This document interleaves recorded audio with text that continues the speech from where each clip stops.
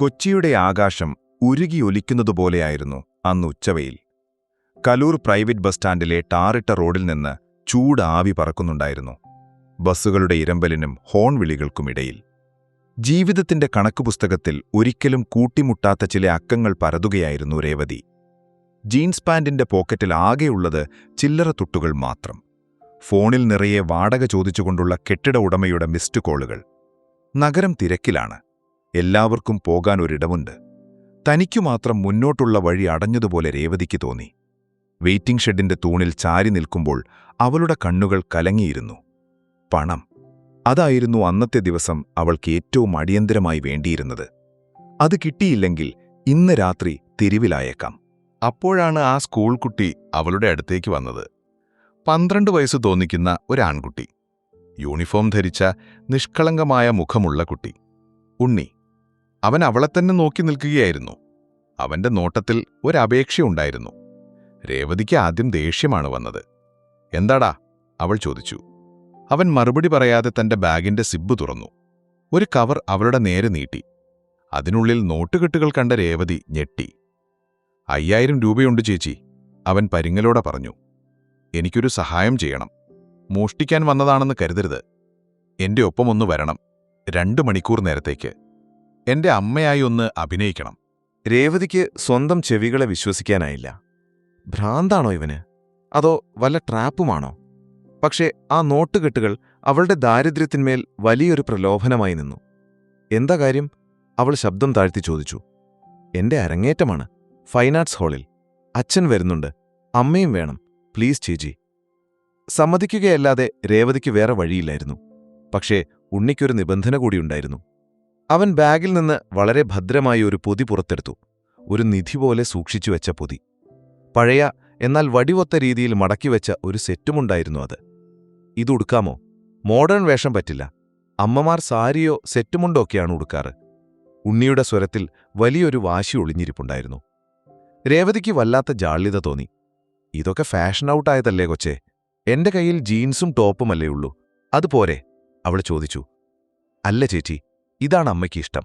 അമ്മ വരുമ്പോൾ ഇതേ ഉടുക്കൂ എന്ന് ഞാൻ അച്ഛനോട് പറഞ്ഞിട്ടുണ്ട്, അവൻ തീർത്തു പറഞ്ഞു. മനസ്സില്ലാ മനസ്സോടെ അവൾ ആ പൊതി വാങ്ങി. അടുത്തുള്ള പേ ആൻഡ് യൂസ് കംഫർട്ട് സ്റ്റേഷനിലേക്ക് കയറി. ഇടുങ്ങിയ മുറിയിലെ അഴുക്കുപിടിച്ച കണ്ണാടിക്ക് മുന്നിൽ നിന്ന് അവൾ ആ വസ്ത്രം നിവർത്തി.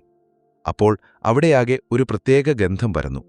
കർപ്പൂരത്തിന്റെയും പഴയ അലമാരയുടെയും ഗന്ധം, ഒപ്പം വാടിയ മുല്ലപ്പൂവിന്റെയും നേരിയ ഗന്ധം. അത് വെറുമൊരു തുണിക്കഷ്ണമല്ലെന്ന് ആ സ്പർശനത്തിൽ അവൾ തിരിച്ചറിഞ്ഞു. ആരോ ജീവിച്ചു തീർത്ത അല്ലെങ്കിൽ കൊതിച്ചു തീർത്ത ജീവിതത്തിന്റെ അവശേഷിപ്പാണ്.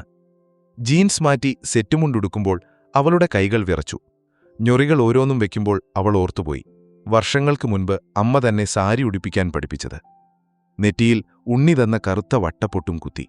മുടി വാരിക്കെട്ടി കണ്ണാടിയിൽ നോക്കിയപ്പോൾ രേവതി അത്ഭുതപ്പെട്ടുപോയി. കണ്ണാടിയിൽ കാണുന്നത് കടക്കണിയിൽ പെട്ടുഴലുന്ന രേവതിയെയല്ല, നഗരത്തിൽ ഒറ്റപ്പെട്ട രേവതിയെയല്ല, ഐശ്വര്യമുള്ള ശാന്തമായ മുഖമുള്ള ഒരമ്മയെയാണ്. ആ വേഷം അവൾക്ക് നൽകിയത് നഷ്ടപ്പെട്ടുപോയെന്ന് കരുതിയ സ്വന്തം മാന്യതയും അന്തസ്സുമായിരുന്നു. അവളുടെ മുഖത്തെ വിഷാദം മാറി. അവിടെ ഒരു തെളിച്ചം വന്നു.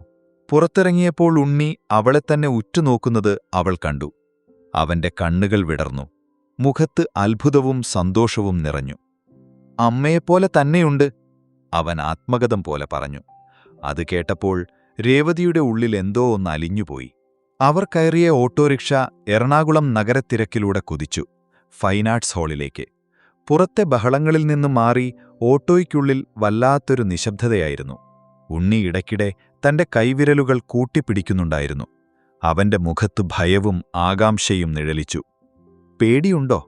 രേവതി പതിയെ ചോദിച്ചു. ഉണ്ണി അവളെ നോക്കിയൊന്ന് തലയാട്ടി. അച്ഛനവിടെ എത്തിക്കാണും. ഞാൻ പാടുന്നത് കേൾക്കാൻ അച്ഛനു വലിയ ഇഷ്ടമാണ്.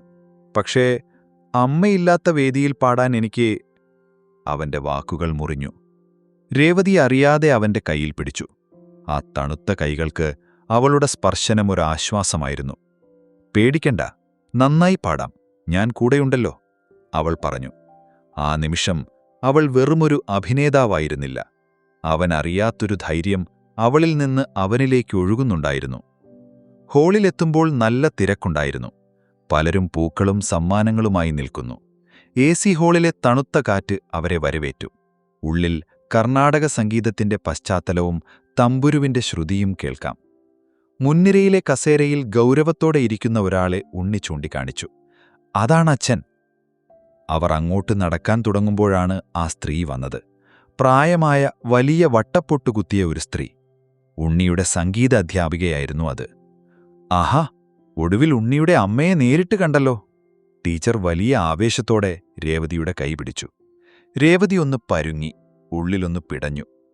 ഉണ്ണി ക്ലാസ്സിൽ എപ്പോഴും പറയാറുണ്ട് അമ്മയെക്കുറിച്ച്. വിദേശത്ത് ജോലിയാണെന്നും തിരക്കാണെന്നുമൊക്കെ. ഇതിപ്പോ അരങ്ങേറ്റത്തിന് അമ്മ എത്തിയല്ലോ, അതാ ഏറ്റവും വലിയ കാര്യം. ഉണ്ണി മിടുക്കനാകേട്ടോ. അമ്മയുടെ പാട്ട് കേട്ടാ അവൻ വളർന്നതെന്ന് എപ്പോഴും പറയും. ആ പാരമ്പര്യം അവനുണ്ട്. രേവതിയുടെ തൊണ്ടയിടറി. കള്ളം പറയുന്നതിന്റെ കുറ്റബോധത്തേക്കാൾ ആ വാക്കുകളിലെ സത്യസന്ധമായ സ്നേഹം അവളെ വല്ലാതെ സ്പർശിച്ചു. അതെ ടീച്ചർ, വരാതിരിക്കാൻ പറ്റില്ലല്ലോ, അവൾ കഷ്ടിച്ചു പറഞ്ഞൊപ്പിച്ചു. ഉണ്ണി അവളെ നോക്കിയൊന്ന് ചിരിച്ചു. ആ ചിരിയിൽ വലിയൊരു നന്ദിയുണ്ടായിരുന്നു. തന്റെ കള്ളങ്ങൾ പൊളിയാതെ കാത്തതിന്, തന്റെ സ്വപ്നത്തിനു കൂട്ടുനിന്നതിന്. സദസ്സിൽ മുൻനിരയിൽ തന്നെ രേവതിയിരുന്നു. തൊട്ടപ്പുറത്ത് ഉണ്ണിയുടെ അച്ഛനുണ്ടായിരുന്നു. ഗൗരവക്കാരനായ മനുഷ്യൻ. അദ്ദേഹം അവളെ ഒന്ന് നോക്കിയതേ ഉള്ളൂ. ഒരുപക്ഷെ ഉണ്ണി ഏർപ്പാടാക്കിയ ആളാണെന്ന് അദ്ദേഹത്തിന് അറിയാമായിരിക്കും. അല്ലെങ്കിൽ അപരിചിതയായ ആരോ ആണെന്ന് കരുതിയിരിക്കാം. വേദിയിൽ വിളക്ക് തെളിഞ്ഞു. ഉണ്ണി മൈക്കിന് മുന്നിലിരുന്നു. പശ്ചാത്തലത്തിൽ തമ്പുരു ശ്രുതി മീട്ടി. അവൻ പാടിത്തുടങ്ങി. വാദാഭി ഗണപതിം. അവന്റെ ശബ്ദത്തിന് വല്ലാത്തൊരു മാധുര്യമുണ്ടായിരുന്നു. ഓരോ സംഗതികളും അവൻ അനായാസം പാടിത്തീർത്തു. രേവതി അറിയാതെ കണ്ണുകൾ അടച്ചുപോയി. ആ നിമിഷം അവളുടെ ഫോൺ വിറച്ചു. ബാഗിനുള്ളിൽ നിന്ന് പണമിടപാടുകാരന്റെ പേര് സ്ക്രീനിൽ തെളിഞ്ഞു. സാധാരണഗതിയിൽ നെഞ്ചിടിപ്പോടെ മാത്രം എടുക്കാറുള്ള കോൾ. പക്ഷേ ഇത്തവണ അവൾ ഫോൺ സൈലന്റാക്കി തിരികെ വച്ചു. ഇപ്പോൾ പണമല്ല, വേദിയിൽ പാടുന്ന ആ കുഞ്ഞാണ് വലുത്. അവന്റെ അമ്മയെന്ന നിലയിൽ അവിടെ ഇരിക്കേണ്ടത് തന്റെ കടമയാണെന്ന് അവൾക്ക് തോന്നി. പണത്തിനേക്കാൾ വിലമതിക്കുന്ന എന്തൊക്കെയോ നഷ്ടപ്പെട്ടു പോയെന്ന് അവൾക്ക് തോന്നിത്തുടങ്ങിയിരുന്നു. പാട്ടുകഴിഞ്ഞ് സദസ്സ് കൈയടിച്ചപ്പോൾ ഉണ്ണിയുടെ മുഖം പ്രകാശിച്ചു. സർട്ടിഫിക്കറ്റ് വാങ്ങുമ്പോൾ അവൻ മൈക്കിലൂടെ പറഞ്ഞു, "എന്റെ അമ്മ കൂടെയുള്ളതാണ് എന്റെ ഏറ്റവും വലിയ സന്തോഷം." രേവതിയുടെ കണ്ണുകൾ നിറഞ്ഞു. ജീവിതത്തിൽ ആദ്യമായി താൻ ആർക്കോ വേണ്ടി എന്തൊക്കെയോ ആയിത്തീർന്നിരിക്കുന്നു. ചടങ്ങുകഴിഞ്ഞ് ആളുകൾ ഒഴിഞ്ഞു തുടങ്ങിയിരുന്നു. ഹാളിനു പുറത്തെ വരാന്തയിൽ വെളിച്ചം മങ്ങിത്തുടങ്ങി. ഉണ്ണി തന്റെ സർട്ടിഫിക്കറ്റുമായി അച്ഛന്റെ അടുത്തേക്ക് ഓടിപ്പോയി. ആ തിരക്കിനിടയിലാണ് സംഗീതാധ്യാപിക രേവതിയുടെ അടുത്തേക്ക് വന്നത്. അവരുടെ മുഖത്ത് എന്തെന്നില്ലാത്തൊരു ആശ്വാസമുണ്ടായിരുന്നു. കുട്ടിക്ക് എന്ത് സന്തോഷമായെന്നോ? ടീച്ചർ ശബ്ദം താഴ്ത്തി പറഞ്ഞു. സത്യത്തിൽ എനിക്ക് വലിയൊരു അത്ഭുതമാണ് തോന്നിയത്. ഉണ്ണിയുടെ അഡ്മിഷൻ സമയത്ത് അവന്റെ അച്ഛൻ എന്നോട് പറഞ്ഞിരുന്നു, ഉണ്ണിയുടെ അമ്മ മരിച്ചിട്ട് വർഷങ്ങളായി എന്ന്. രേവതിയുടെ നെഞ്ചിൽ ഒരു വലിയ കല്ല് വീണതുപോലെ തോന്നി. അവൾ ടീച്ചറെ അവിശ്വസനീയതയോടെ നോക്കി. എന്താ ടീച്ചർ പറഞ്ഞത്? മരിച്ചുപോയെന്നോ? അതെ, ടീച്ചർ നെടുവീർപ്പിട്ടു. പക്ഷെ ആ പാവം കുട്ടിക്കതറിയില്ല. അമ്മ വിദേശത്ത് ജോലി ചെയ്യുകയാണെന്നാണ് അവന്റെ വിശ്വാസം. വലുതാകുമ്പോൾ അമ്മ വരും എന്ന പ്രതീക്ഷയിലാണ് അവൻ പാട്ട് പഠിക്കുന്നത് തന്നെ. ആ വിശ്വാസം തകർക്കാതെ അമ്മയായിട്ട് തന്നെ നിങ്ങളിന്ന് വന്നത് നന്നായി. അല്ലെങ്കിൽ അവന്റെ അരങ്ങേറ്റം കണ്ണീരിൽ കുതിർന്നേനെ. അവന് അമ്മയെക്കുറിച്ച് പറയുമ്പോൾ 100 നാവാണ്. അത് കേൾക്കുമ്പോൾ എന്റെ നെഞ്ചു പിടയുന്നത് അവനറിയില്ലല്ലോ. രേവതിക്ക് ശ്വാസം മുട്ടുന്നതുപോലെ തോന്നി. മരിച്ച അമ്മയെ കാത്തിരിക്കുന്ന കുഞ്ഞ്. അവളുടെ ഉള്ളൊന്നു പിടഞ്ഞു. താൻ ധരിച്ചിരിക്കുന്ന ഈ പഴയ സെറ്റുമുണ്ട്, ഇതാ മരിച്ച സ്ത്രീയുടെ ഗന്ധമല്ലേ പേറുന്നത്. താൻ അഭിനയിച്ചത് വെറുമൊരു വേഷമല്ല, ഒരു വലിയ നട്ടത്തിന്റെ നികത്തലായിരുന്നു എന്നവൾ തിരിച്ചറിഞ്ഞു. ഈ നിമിഷം വരെ താൻ കരുതിയത് ഇതൊരു നാടകമാണെന്നാണ്. എന്നാൽ ഇത് ആഴത്തിലുള്ളൊരു മുറിവാണെന്നവൾക്ക് മനസ്സിലായി. അവൾ ദൂരെ കാറിനടുത്ത് നിൽക്കുന്ന അച്ഛനെയും മകനെയും നോക്കി. അച്ഛന്റെ ഗൗരവമുള്ള മുഖത്ത് ഒരു വിഷാദഛായയുണ്ടോ? ഉണ്ണി സർട്ടിഫിക്കറ്റ് കാണിച്ച് എന്തോ പറഞ്ഞു ചിരിക്കുകയാണ്. ഇത്രയും വലിയൊരു സങ്കടം ഉള്ളിലൊളിപ്പിച്ചാണോ ആ കുഞ്ഞ് ചിരിക്കുന്നത്? ആ നിമിഷം രേവതിക്ക് ഉണ്ണിയോട് തോന്നിയത് സഹതാപമല്ല, മറിച്ച് വലിയൊരു ബഹുമാനമായിരുന്നു. പനമ്പിള്ളി നഗറിലെ വലിയൊരു വീടിനു മുന്നിൽ ഓട്ടോ നിന്നു. ഉണ്ണിയുടെ വീടാണ്. അച്ഛൻ കാറിൽ നേരത്തെ എത്തിയിരുന്നു. ഗേറ്റിനു മുന്നിൽ വെച്ച് ഉണ്ണി രേവതിയോട് നന്ദി പറഞ്ഞു. നന്ദി ചേച്ചി. ചേച്ചി വന്നില്ലായിരുന്നെങ്കിൽ. രേവതിക്ക് പിടിച്ചു നിൽക്കാനായില്ല. അവൾ അവന്റെ തോളിൽ പിടിച്ചു ചോദിച്ചു, മോനെ, ടീച്ചർ പറഞ്ഞു. അവൾ പാതി വഴിയിൽ നിർത്തി. ഉണ്ണിയൊന്ന് ചിരിച്ചു. ആ ചിരിയിൽ പക്ഷേ കുട്ടിത്തമായിരുന്നില്ല, പക്വതയായിരുന്നു. എനിക്കറിയാം ചേച്ചി, അവൻ പതിഞ്ഞ ശബ്ദത്തിൽ പറഞ്ഞു. എന്റെ അമ്മ മരിച്ചുപോയതാണെന്ന് എനിക്കറിയാം. അമ്മയുടെ ഫോട്ടോ ഞാൻ അച്ഛന്റെ അലമാരയിൽ കണ്ടിട്ടുണ്ട്. പക്ഷെ അച്ഛനതറിയില്ല. എന്നെ വിഷമിപ്പിക്കാതിരിക്കാൻ അമ്മ വിദേശത്താണെന്ന് അച്ഛൻ കള്ളം പറയുന്നതാ. അച്ഛന്റെ സങ്കടം മാറ്റാൻ ഞാനത് വിശ്വസിക്കുന്നതായി അഭിനയിക്കുന്നു, അത്രയുള്ളൂ. രേവതി സ്തംഭിച്ചുപോയി. പരസ്പരം വേദനിപ്പിക്കാതിരിക്കാൻ മത്സരിച്ചഭിനയിക്കുന്ന അച്ഛനും മകനും. പക്ഷെ ചേച്ചി, അവൻ തുടർന്നു, എന്റെ അരങ്ങേറ്റത്തിന് മുൻനിരയിൽ അമ്മയുടെ കസേര ഒഴിഞ്ഞുകിടക്കുന്നത് കാണാൻ എനിക്ക് വയ്യായിരുന്നു. അച്ഛൻ കാണുമ്പോൾ അമ്മ വന്നില്ലല്ലോ എന്ന് സങ്കടപ്പെടരുത്. അതാ ഞാൻ. ഈ സെറ്റുമുണ്ട് എന്റെ അമ്മയുടേതാണ്. അവൻ ആ മുണ്ടിലേക്ക് നോക്കി. രേവതിയുടെ കണ്ണ് നിറഞ്ഞു. അവൾ വേഗം കംഫർട്ട് സ്റ്റേഷനിൽ പോയി വേഷം മാറി തിരികെ വന്നിരുന്നു. കയ്യിലുണ്ടായിരുന്ന ബാഗിൽ നിന്ന് അവൾ ആ പണം എടുത്തു. അവൻ കൊടുത്ത 5000 രൂപ. അതുണ്ണി കാണാതെ അവന്റെ ബാഗിന്റെ ചെറിയ അറയിൽ തിരികെ വെച്ചു. നീ വലിയ പാട്ടുകാരനാവും ഉണ്ണി. അവൾ അവന്റെ തലയിൽ കൈവച്ചനുഗ്രഹിച്ചു.